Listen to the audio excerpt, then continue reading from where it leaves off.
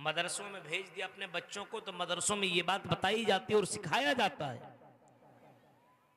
लेकिन जिन बच्चों को मदरसों में नहीं भेजा जाता है, उन बच्चे को ला इलाहा इल्लल्लाह का मतलब भी मालूम नहीं।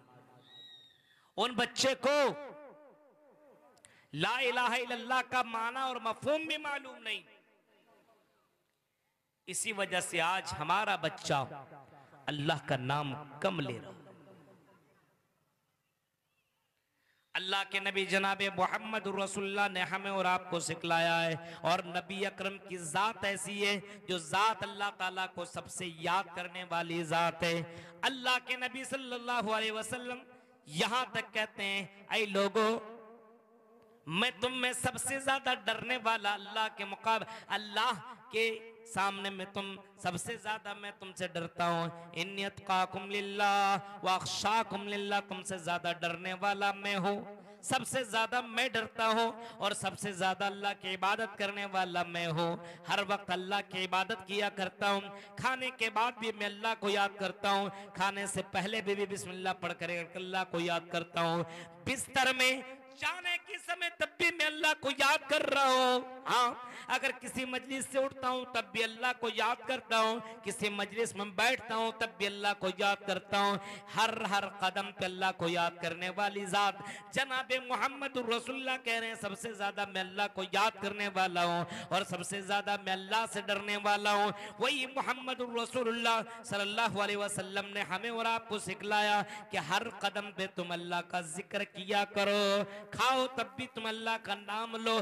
तौहीद तुम्हारे यहाँ कभी भी कमी नहीं आनी चाहिए। रोजी रोटी ये यकीन होना चाहिए, दुकान में बैठने से पहले ये तुम्हें यकीन होना चाहिए कि अल्लाह ताला रोजी रोटी देगा और दे करके रहेगा। उसी अल्लाह ने हमें पैदा किया है और हमारी रोजी रोटी का मालिक अल्लाह की जात है।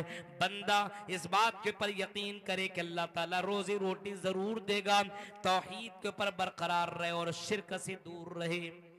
दुकानों के अंदर कुरान की आयत लटका दिया, बाबाओं की तावीज लटका दिया, और बाबाओं की तावीज लटकाने के बाद सोचता है अब तो मैं करोड़पति बन जाऊंगा, अब तो हमारी दुकान जबरदस्त तरीके से चलेगी। मेरे भाइयों, यकीदा सरासर गलत है, यकीदा शिर्क के ऊपर मुब्तला है। इंसान दुकान दे लेकिन अल्लाह रब्बुल आलमीन के ऊपर यकीन करे कि रोजी रोटी का मालिक अल्लाह है, और तावीज बांध करके ये ना सोचे ये तावीज बांधने से मेरे दुकान के अंदर बरकत होगी।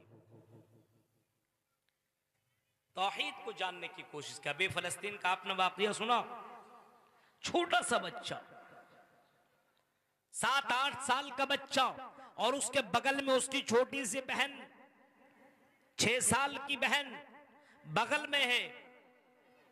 और जब बमबारी हुई फलस्तीन के अंदर, जब इजराइलियों ने, वहां के लोगों ने जब फलस्तीन के ऊपर हमला किया, तो उसी हमले के अंदर उसकी बहन भी जख्मी हो गई।